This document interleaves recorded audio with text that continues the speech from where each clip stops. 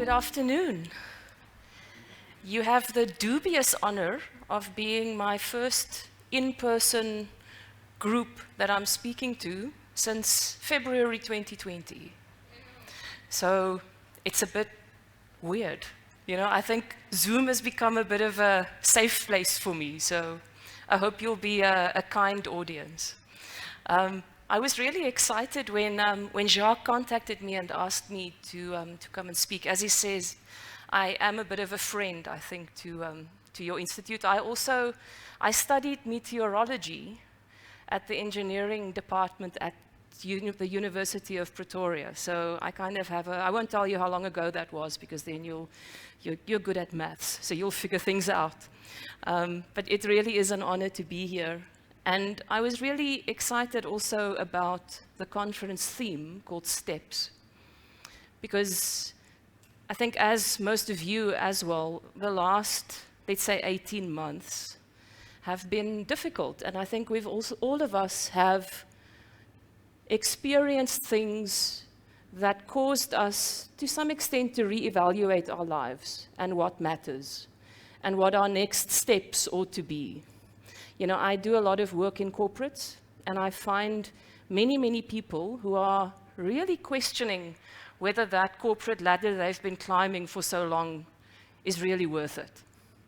You know, so I think we're in a time where many of us are questioning, and I also think it's a time of unprecedented opportunity, if we can think differently. So what I want to present today, I am going to touch a little bit on complexity. But given that this is after lunch, I was quite amused when Jacques said he hopes you're re-energized, because I don't know about you, but after lunch, I'm typically ready for a nap. So I thought I'll keep it a bit lighter than normal and not really go into the deep theory of complexity, but I will touch a little bit on it. It's a bit of a reflection as well, I think, of my own personal journey over the last year and a half. I've become really fascinated by this idea of what it looks like to fearlessly go into the unknown, into uncharted territory, and who we can learn from. And I want to present some of that today. What I've also found over the last while is I've become more and more attracted to poetry and to the arts.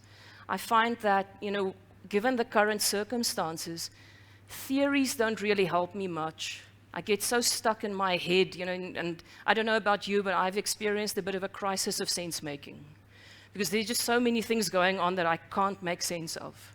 And for me, the arts, and in particular the poets, have a way of just articulating things that we can't otherwise articulate. So I'm going to start with a poem. And I'm not going to, don't worry, I'm not going to recite it to you. But I would love for you to just take a minute and read it.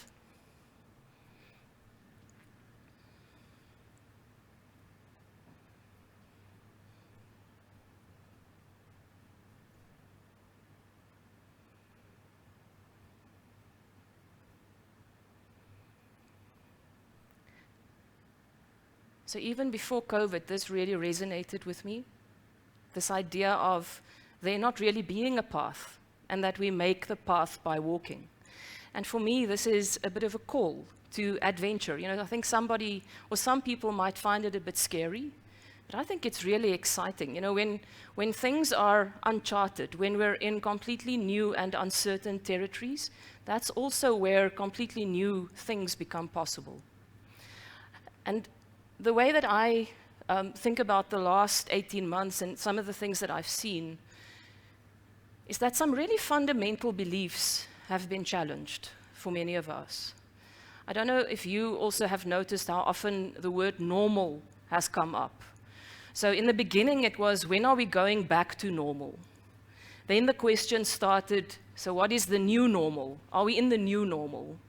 And now I see the new one is, there's a next normal. But we keep talking about normal. And personally, I think that normal is a bit of a code word for when are we going back to stability and certainty. When are we going back to a place where, we can feel comfortable, where things are predictable, it's certain? Not that it ever really was, but I think over the last few decades, we've almost become a bit lulled into believing that, we can predict things. We can have some certainty, we can have a 3-year plan. And I think that has fundamentally been challenged. And when we look at this from a complexity perspective, it makes sense, because complex systems are flow systems. Complex systems are always changing. If you think, for example, of a river system, when the water stops flowing, the river dies. But we don't always like continuous change. We don't like the uncertainty that it brings. And this is one of the reasons why I really enjoy, the whole field of complexity, because, I feel it just helps explain so many things. So maybe just as a place to start, and just to make sure that we're talking about the same things when I talk about complexity, just quickly cover a definition or two. And maybe, Jacques, there is definitely a difference between complex and complicated. And I don't know how many of you, I would much rather be described as Sonja is complex. Sonja is complicated just sounds like, doesn't really feel like a, wouldn't you also rather be complex? I think that's much better explanation. But the best way that I've got to explain this is to go to the root words and the meaning of the root words. So complicated, that word plik means folded, enfolded. So even a quite intricate fold like what you're seeing on screen, it's almost like an origami fold. I can unfold it, I can fully understand it, and once I've done that, I can refold it, I can replicate it. But the key thing with a complicated system is it's knowable. I can figure it out. Our expertise is relevant in a complicated world. Outcomes are known, it's fairly predictable, and it's linear. So many of us, and I think a lot of the work that you guys or that typical engineers do, sit in this world of complicated. Complex, on the other hand, the word plex, sorry, I'm struggling a bit with this thing. Plex means woven together or entangled. So what you're seeing on screen is a picture of your brain neurons. So in complexity, I'm dealing with unknown unknowns, and I can't ever fully figure it out. I can't untangle the neurons in your brain without killing you. I can't, if you think of an ecosystem, one of the metaphors we sometimes use is this idea of the hokkensteekbos or a bramble bush. When they are really tangled together, if I try and untangle them, I damage the system. So this is what I mean when I speak about complexity. I know sometimes people, think that complexity and chaos is the same. We don't really see it like that. So chaotic systems in our language would be systems that are random. There are no stable patterns. It's a completely different kind of system. But where we're talking about now is this notion of complex systems. And I don't know how many of you have heard of the acronym VUCA. It's quite fashionable. It's everywhere. It's actually not very new. It comes from the 80s. It was a description of the Cold War context. But I think it's become more and more used because it's become our lived experience. And so many people are asking, so is the world becoming more VUCA? Are we in this increasingly VUCA world? And I'm not entirely sure, but it helps us to understand where this complexity is coming from. So complexity comes from the interconnectedness, from rich interconnectivity between things. So even systems, like a typical IT system, for example, would be legitimately complicated until you start connecting and integrating it with other systems. The moment these interconnections happen, and especially if there are interdependencies, and also lots of difference or diversity, we're in the space of complex adaptive systems. So complex systems are characterized by high levels of difference and tension. Very often we face dilemmas. Competing objectives, competing priorities exist, even paradox in complex systems. They're very ambiguous. And all of these things are things that our brains don't necessarily like. We like things to be quite clear. It's much easier to just split things, into good and evil, black or white. than to try and hold the ambiguity, that liminal space between. It's so interesting. I facilitated several workshops with executive teams, amongst others, over the last few months. And typically, we ask them a very simple question, like, what 3 words best describe your mojo at the moment? And it was so interesting because when we get the word cloud back, we're seeing these almost like contradicting emotions within the same group. So people are excited and they're anxious. They're exhausted and they're almost wired. They're excited. So if we're experiencing these conflicting emotions and it's draining, it's really tiring because we're not used to having to hold all of these different things at the same time. And so the more diverse and the more interconnected things become, the more complex. The more complex things become, the more uncertain they become. Complex systems are non-linear as well. I think we've got, over the last year, we've gotten a bit of a masterclass in what that means. How many of you remember the Ever Given, the ship that got stuck in the Suez Canal? In the greater scheme of things, that's quite a small thing to happen in quite a local space, but it disrupted the global supply chains. That is an example of non-linearity. And that is something that, it can be quite anxiety-provoking, but at the same time, it is something we can harness. And so complexity is not new and it's not scary. It's life. I find very often, when I do a talk on complexity, people are like, oh, God, that's not a really exciting topic, is it? It feels a bit, even before you start, people are already a bit dubious. But if you think about it, you have always been a complex system and you've always been part of complex systems. So we were born as complex systems. Our gut biomes, for example, is an example of a complex system. Our brains, our immune systems, which we've all relied on, all examples of complex adaptive systems. So we are a complex system. We were born into complex systems called families. I think the most complex job in the world is to be a parent, especially if you've got teenagers. But your mother or your wife would not describe what they're doing as I'm managing complexity. But even young children know how to navigate complexity. They know which parent to go to for what. So we've always been part of complex systems. We also live in complex systems called cities. We work in complex systems called organizations. I saw a billboard not too long ago where you're stuck in traffic, and they said, you're not stuck in traffic, you are traffic. Kind of shifts the notion there. And then finally, we're surrounded by complex ecosystems. We are gardens, complex systems. We go on holiday in, complex systems, like the Kruger National Park, or any kind of a natural system is a complex system.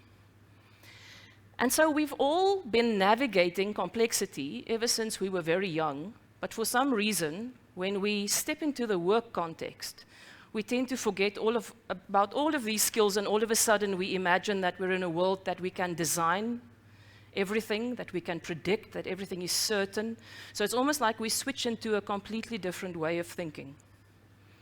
And I guess part of what I'm trying to do today is just to make you aware that you already have these skills, but you need to transfer them from one context to another.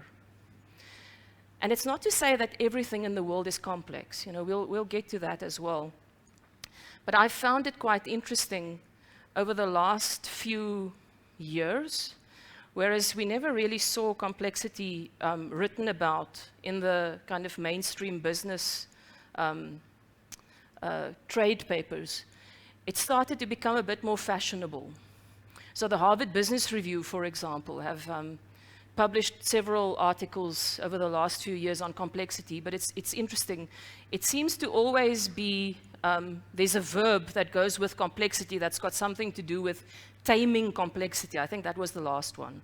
Tame complexity, simplify complexity, it's always something like that. And unfortunately, I need to be the bearer of bad news, but if any consultant, or anybody for that matter, tells you that they can tame complexity for you or simplify it, then you need to run, because that is just not possible. What does happen very often, though, is we tend to overcomplicate our systems when we do encounter complexity. So we tend to make our processes and all of these things more complicated in response to the anxiety we feel when we encounter something that we can't necessarily predict or understand. And so we live in a world where we've gotten quite used to having maps or GPSs. You know, I could almost switch off my brain coming here because I just switched Waze on. Waze knew where this lodge was. I just followed Waze. I think that can get us into trouble every now and again. But you know, in a complicated world, we have maps. Things are known. People have gone before us, and they've mapped those territories. There are slightly more complex contexts if you think, for example, about the difference between a map and a nautical chart. So the sea, the ocean, is always changing. You know, so some aspects remain stable, you know, so where the rock formations, etc. are. But then we know that there are sandbanks that's continuously shifting, you know, so it's kind of a halfway between having a map and not really knowing exactly, you know, what the terrain looks like that we need to navigate. But where we are now is increasingly we face uncharted territory. I don't know about you, but you know, I have never been in a position where there is so much uncertainty and so much complexity. I have to admit, at the beginning of 2020, I was on my way back from my last international trip, and Corona was just starting. You know, it was still this weird disease, you know, that was, you know, still coming here. And once I realized exactly what was going on, you know, I had this moment of hubris where I said, oh, you know, my time has come. I've been working in this field of complexity and uncertainty for 2 decades. Now, you know, I'm going to, about 3 to 6 months later, it was like, the humility happened. You know, I don't think, you know, there's just nothing that can prepare you for this layering of uncertainty. I think we all thought this was going to be a sprint. You can see it in businesses as well. You know, many businesses, companies, teams actually got more productive, you know, when they went virtual, when they went remote. And I think, you know, there was a side, you know, we've got this. You know, I don't know if you guys have, you know, there was like a sense of that. And now what we're seeing is that people are just exhausted and depleted.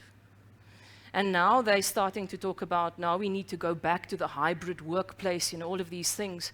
The people going back are not the same people who left. People have fundamentally changed. You know, some of us have experienced immense trauma. You know, a friend of mine is a psychiatrist. He explains this as it's like a slow motion car crash. You know, I don't think that any of us have really had the chance to deal with all of the emotional impact. But also, we are just really, really tired.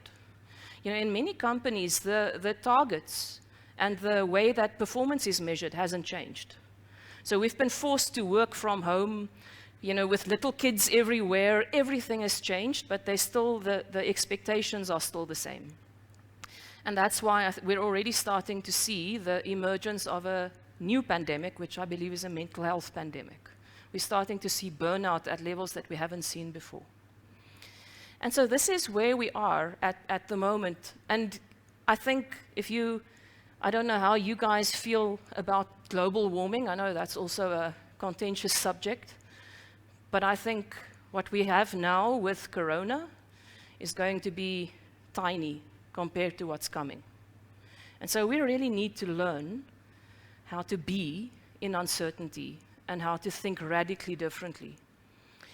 And so when we are in this uncharted territory, we need to be wayfinders. I don't know if that's a term that you've come across, but it's something that's really started to interest me. And I love this quote: wayfinding isn't knowing before we go, it's knowing as we go. It's heading into uncharted territory, taking steps. You know, that's why I love the conference theme. You know, I've long used the analogy of, you know, when we're in complexity and we can't predict, we don't if you imagine you want to cross a river, we don't necessarily follow the complicated approach and decide exactly where we want to cross and construct a bridge. We cross the river on stepping stones. We take one step at a time. And once you've stepped, new opportunities open up for you. It's a very different way of being. And I call this the way of the Wayfinders. But there's a problem. And this is one of my very favorite quotes. When I first heard it, it really, really resonated with me. We've outsourced our relationship with uncertainty to certainty merchants. Now, if you think about it, there are entire industries based on being certainty merchants. I don't know if you've seen, over the last 6 months or so, some of our investment banks, and I think maybe 1 or 2 of our insurance companies, their slogans have changed. They say things like, "Do you want certainty? Come to us." Again, if it's the same as people telling you they can simplify your complexity for you. I don't think anybody can really offer complete certainty, not in the world of today. And so I think there really is a need for us to re-establish our relationship with uncertainty. I find it quite ironic. I try to be as congruent as I can with my message. But, there are just things that, I like to know what's going to happen in the weather so that I can know what to wear, and do I need my umbrella, and all of these things. We don't even have that relationship with the natural world, with the weather anymore. We want people to tell us what's going to happen. And sometimes I think if we're in leadership positions, or I don't know how many of you are in coaching positions or team leaders, very often we fall into the trap of being certainty merchants for others. If we can't give people certainty, if we're in a leadership position, and people really want to know what's going to happen, what are the answers, it's very difficult to say, "I don't know." We live in a world where knowing is valued. Even if when you're a little child, what do you get praised for? It's knowing the answers. And so we even pretend, even if we can't know. And so I think this is the call, is for us to learn how to be in uncertainty, how to be in ambiguity, how to be okay with not knowing, and how to head into uncharted territory. And so who can we learn from? And I've become really fascinated by the ancient Wayfinders. I can't do this justice in a 1-hour talk, but I really encourage you to go and read a few of the books that I reference here, and even on YouTube there are some fascinating videos. But so I'm just going to spend some time on the ancient Polynesian Wayfinders. And there are others, you can look at the Vikings. I've been really interested to look, for example, at the Khoisan of South Africa, because I think very different context, but I think very similar skills. But just looking at the Polynesians, and it's interesting, if they were alive today, they would probably be astronauts. If you look at what they managed to do, it's very similar to what we're doing today in exploring space, heading into the complete unknown. And so they settled and explored an area of 1,500 BC, was when they were around. They explored a space or an area of 160 million square kilometers, which is a bigger area than all of the land masses combined. And most of it is completely open ocean. And they did all of this without modern instruments. They had no maps, they had no compasses. All they had were the skills and the knowledge of the navigators, which is very much tied into their traditions, their cultures, their spiritual beliefs. And they knew how to read the signs in the environment. So they would use things like, the direction of the ocean waves, the color of the clouds. They had star compasses when they knew exactly which stars would rise and set. They looked at the animals, so what birds could they see? And all of this enabled them to settle and to head completely into the unknown, an area of 160 million square kilometers. So this is a really great feat. And I was wondering, so how did they do it? Despite the, I'm very aware also that these ways of being, these skills are very much tied into a particular context and a particular culture. We can't just appropriate them or copy them. But I do think that we can learn from them, from their disposition. And one of the things that I've been long interested in, I can quite easily convince you that there is such a thing as a complex adaptive system. You probably already know that. I mean, you're engineers, you would have studied some of this. The problem is not understanding that there is such a thing as complexity. The problem comes in how we interact with those systems and the implications thereof. French philosopher Henri Morin, he spoke about we need to move away from a conceptual understanding of complexity to an embodied understanding. And very often, we can see something is complex. I need to function a bit differently here, but we fall back onto old ways of thinking, tools that always used to work for us, best practices, the answers to an extent that's always worked for us in the past. And so what is the way of the Wayfinder or the Wayfinder? I've got a framework called the Wayfinder that I'm not going to go into today. I thought that's a bit too heavy for lunch, but so excuse me when I throw the S in there. But Wayfinders go beyond the horizon. And the interesting thing with them is that they know that the destination is not the purpose. We can reach a particular destination, but that doesn't mean that our intention has come to an end. And so when we're in complexity, there's a shift from thinking about reaching particular goals, particular outcomes, to having a sense of direction. And they've got this wonderful quote where they say, tie your waka, which is their canoe, to a star, not to a glowworm.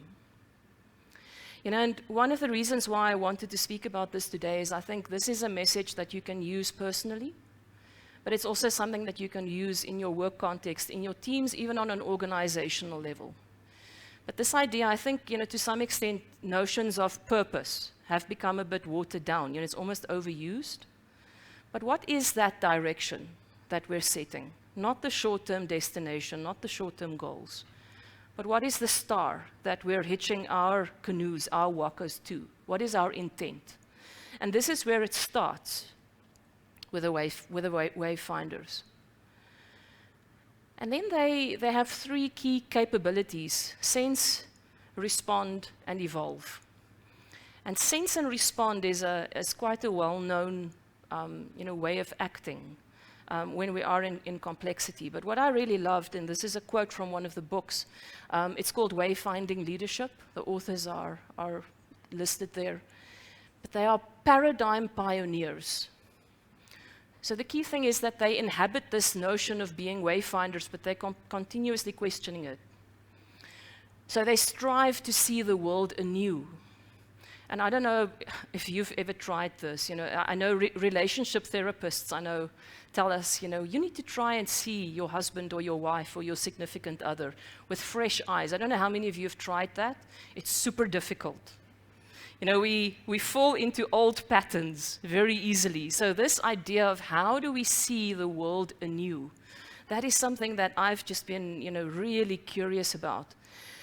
And I came across this notion of negative capability. And I think one of the key things when we are heading into the unknown is to be able to discern what kind of a context am I in. Because if you are in a complicated context, if you're in a world where things are predictable and repeatable, your expertise is still relevant. You need to show up in those kinds of places as the expert. When you are in complexity, sometimes your expertise can count against you. And part of this is to be able to discern when must I show up as what, and when do I need to practice this thing called negative capability. Now, I told you I loved the poets. The person who first came up with this notion of negative capability is a poet called John Keats. And he spoke about resting in doubt, being in uncertainty, mysteries, and doubts without any irritable reaching after fact and reason. Now, it sounds very poetic, but it's not very easy.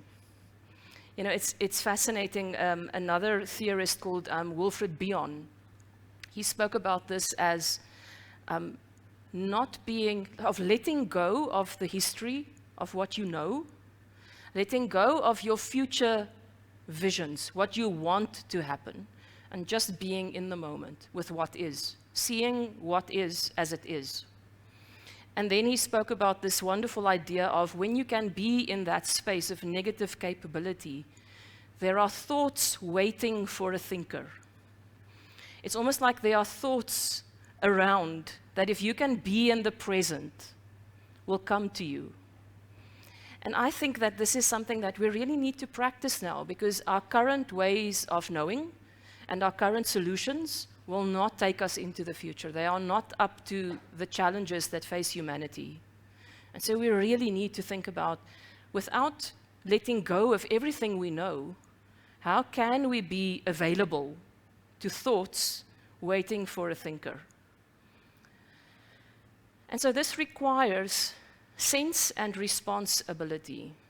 I've been on a bit of a quest to reframe the word responsibility, because I think in too many contexts it's become, too linked to compliance or to who's to blame for something when something goes wrong. So I don't necessarily want to be the responsible person, but I want to be response-able. I want to be able to sense what kind of a context I'm in and have the ability to respond appropriately. And so wayfinding is dynamic response ability. So it involves a responsive engagement with an ever-changing context. And it's one of the key things here is it is response ability. You want to be able to respond. You don't want to mindlessly react. And very often this is what happens. When we find ourselves in a very complex environment where things are uncertain, they're volatile, we don't know what's going on, we tend to just react out of anxiety. And the key thing that we need to learn is, how do I take a step back and respond, not just to react? And so this is the last idea that I want to share with you guys today. I believe that one of the keys to enabling this dynamic response ability is a notion called complexity fitness. And we've been doing quite a bit of work on this in the last year. We're partnering with the University of the Free State's Business School, putting together a curriculum on how do we enable more people to become fit for complexity. And it's a bit of a combination of theories of complexity, some of the skills and the practices that sit there, and then also some of the skills and the practices that sit in the world of mindfulness. And then there's a whole bunch of things that's just normal human skills that's largely been taught out of us in school. Curiosity, for example, imagination, playfulness, things that are not necessarily welcomed in the work context. And so we've identified 4 what we're calling meta skills. So a meta skill is a skill that helps you require other skills more easily. And the 4 are courage, openness, being observant or observation, and lightness. And if you think, for example, about something like curiosity, in the world of today, again, where we're supposed to know the answers, we're not supposed to be the ones asking curious questions. In many of the business contexts that I work in, people say that they value curiosity until you actually show up curious. And then they no longer value it. So to some extent, to be curious and to be imaginative and all of these things, it requires courage. It requires you to show up in a way that's not necessarily, shall we call it, mainstream. We need to be open. We need to be open to learn from people who are very different to us. We need to be open to let go of what we think we know. All of these things help us cultivate some of these skills, and I don't know if you can see that, but the actual skills that we're looking at are things like spanning boundaries. I'm a bit of a blogger. One of my more successful blogs the heading was, "It's hard to survive in the jungle if you were trained in the zoo." Now, if you think about a zoo, it's all about silos, boundaries. All the animals, like for like, are together. Now, if you think of a typical corporate, I think it looks quite a bit like that. How do we learn to span boundaries, even in academia? How do we really work in transdisciplinary ways, interdisciplinary ways? Curiosity, flow, understanding flow from a broadest perspective, sense-making, and playfulness, imagination. These are things that we need when we are heading into the unknown. And so then very shortly, so courage, it's about entering this unknown space of emergence and just being human. I think sometimes we forget that we are human and we're dealing with other human beings. And it can be quite scary to be in that, to just be fully human when you're with other people, especially at work. Emergence, serendipity, that's such a beautiful word. You know, things that just happen by accident. But it can be quite scary to just open ourselves up to this. And we mindfully navigate the boundary between knowing and unknowing. This is probably what takes the most courage at the moment, especially if you're in a leadership role or if you're seen as an expert. I'm always so thankful when people don't introduce me as an expert in complexity. I don't think there is such a thing. I don't think it exists. But also, it immediately puts you in a place where people look to you as the one that knows and the one with the answers. You know, and I'm also just a fellow nomad, I think. But you know, being able to say, I don't know, for some people that is extremely anxiety-provoking. Because we live, as I said, in a world where especially leaders, you know, all of the stories, the narratives about what it means to be a good leader includes being the one with the answers, the one who knows where he's going. So courage is the power to let go of the familiar. Then we're open. We're open to ambiguity, multiple perspectives. This is something that is disappearing in the world today. It's almost like if I don't agree with you, then I can't like you. You know, the world is polarizing. How do we become curious about difference and not just immediately start judging? How can we learn if we're not open to difference? So we accept messiness. My husband reckons I'm too good at that one. But you know, if we live in a world that's tangled, it's not like the neat folds of complicatedness. It's tangled together in ways we cannot fully understand.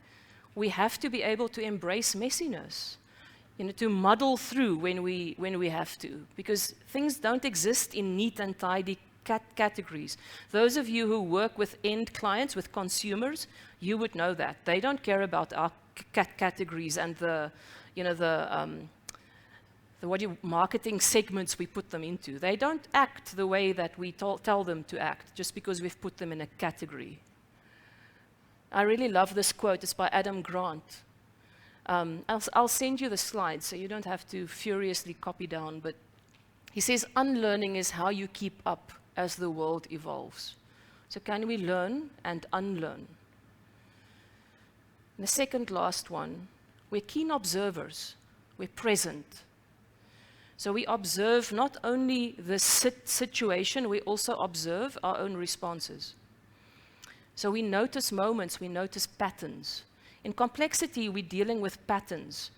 I don't know if you've come across this notion of a wicked problem. Have you? You know why I think we suck at solving wicked problems? It's because we call them problems. Because they cannot be solved. They are patterns that can be influenced. But the moment I think it's a problem to solve, I'm almost immediately stuck. Because many of these things, you know, if you think about it, how do I solve poverty? It's such a big problem if I see it like that. But if I see it as an emergent pattern with many different entry points, I can influence it. And so we intentionally cultivate this habit of zooming in, zooming out. Ron Heifetz speaks about every now and again you need to get on the balcony. You can't just be on the dance floor all the time, because then you can't observe the patterns. And then this I really love. The real voyage of discovery is not in seeking new landscapes, but in having new eyes. I think that is the challenge today. And then the last one is lightness.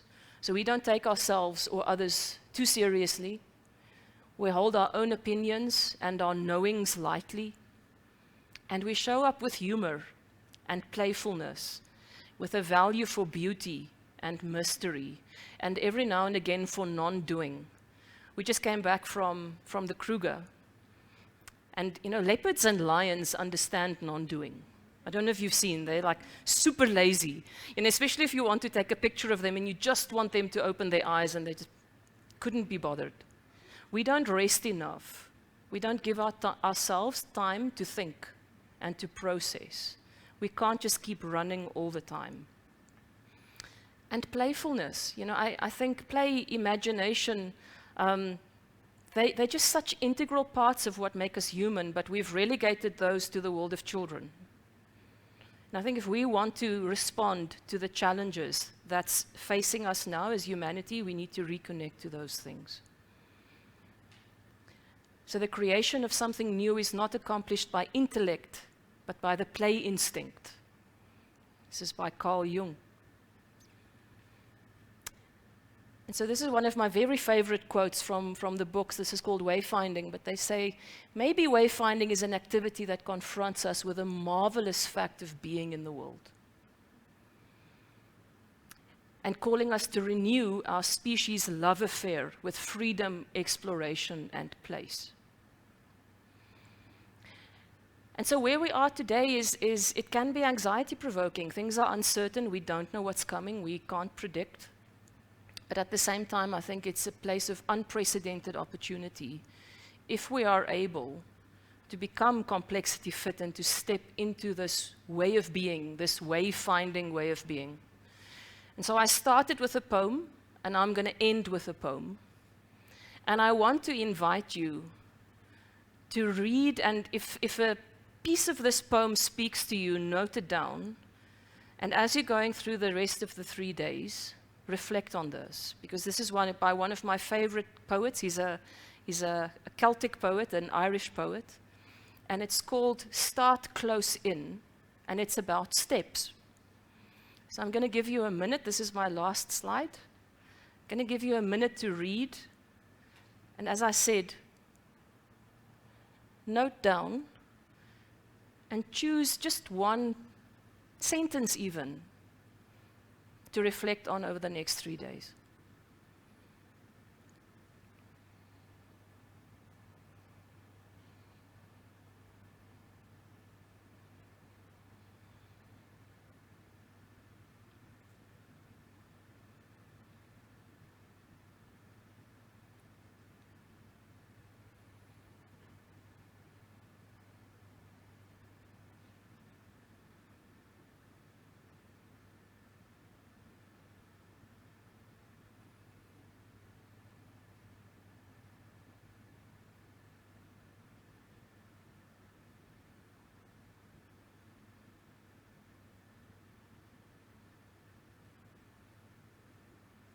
I hope you guys at the back could read it, but I can send the slide early if, and I hope you also like it.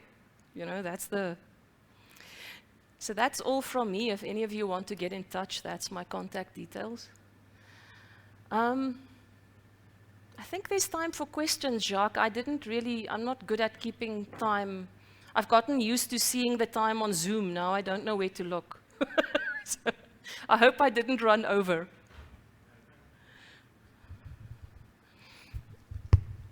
There we go. Thanks, Sonja. That was really, really insightful, and I think there's a bit of a mind shift. And the one word that stuck with me, and I think you glanced over it very quickly, was intentionality. And really making it your intention to go and experience the world around you in a different way. So yeah, thank you very much. I think we've got time for a few questions. You can put up your hand and I'll bring the microphone to you. Or you can just add it onto Wova.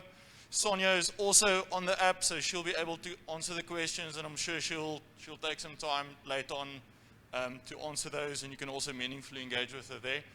If there's anyone that's got a question now. Or a comment or a reflection is equally welcome.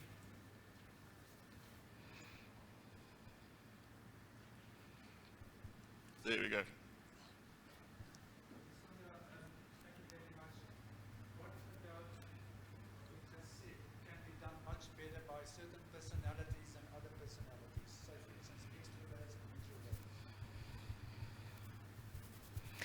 It's a difficult question to answer.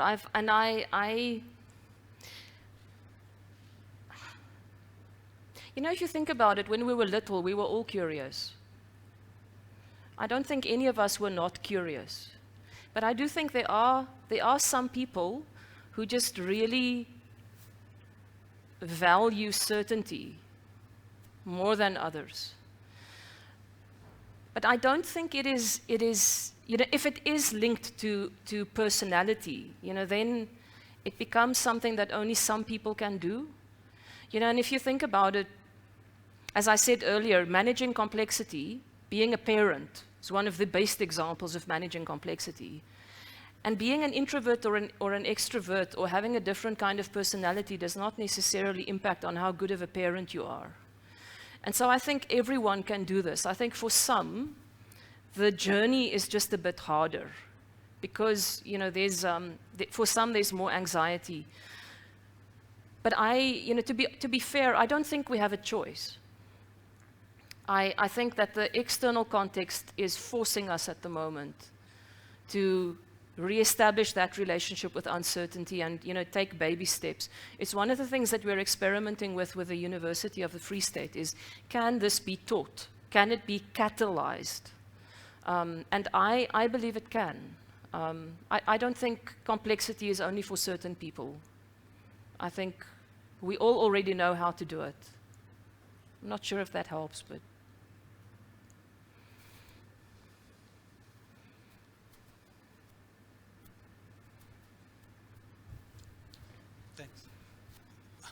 Thanks for a nice presentation. Maybe it's a comment. I think you touched a little bit on it just now. My question was going to be, do you find people who are born complexity fit or you acquire it? So I think you did touch, if you can maybe just go a little bit more on that. I think we're all born complexity fit. I personally think it's taught out of us. I don't, you know, I think there are some people, you know, there are people, I think one of your speakers maybe at your evening function, the guy who's going to talk about the, you know, walking, you know, there are some people that they do things that others of us think are a bit, that's a bit weird. You know, like this guy, people who swim in, you know, like in the freezing waters and, you know, the adventurers out there. You know, I think maybe they are a little bit more comfortable with uncertainty. But when we're little, when we're young, we are natural explorers. We ask the curious and the stupid questions. We bring our imagination until an adult tells us, you know, maybe you shouldn't make a career out of that. Or you are shamed for not having the answer. You know, a while ago I was in a workshop and the facilitator asked, it was on unknowing. And they asked this, and it was such a profound question for me. When did you first realize that not knowing was dangerous? And I can remember, not a particular moment, but, you know, in school, I can remember being shamed for not having the right answer. And ever since that happened, you know, it's like, I need to know. I need to be the one who knows. And now it's really difficult because now it's not that, no, you know, I don't know. It's in some cases, nobody can know. And so we almost need to let go of our baggage. I think that's and it's one of the reasons why we are reconnecting to beauty, to things like poetry and the arts, to imagination and playfulness, because I think that is the doorway almost back to when we were all complexity fit. Don't know if that makes sense, but... Okay, we've got one last question over here. Cool. Hi, Sonja. Thanks for some interesting insights there. I was in two minds whether or not to stand up and have a chat because I'm talking tomorrow morning on soft skills for technical specialists, but there are many parallels between what you mean. So this isn't a question per se, more of an observation that in the changing world that we live in, how do we as people working in highly intensive environments under a lot of pressure lead others? And I've been doing, in some of my research, I've looked at the likes of Richard Branson and Nelson Mandela. I'll be talking tomorrow on servant leadership, for example. And yeah, a lot of parallels. And so thank you for that. I'd really appreciate a copy of the slides if they're going to be made available. Sure. Thank you. Yeah, the soft skills have become the hard skills. You know, they've been saying that for a long time, but now it's really true. You know, it's you can, you know, I think it's much easier to attain new hard skills in a way, you know, like technical skills. It's these things that's much more difficult. So I'm sad I can't be here to see your talk. Thanks, Jacques. Sonja, thank you very much for a very insightful presentation. I think we've all learned something, or at least will go into the world with new eyes. Just a small appreciation. Thank you so much. Thank you.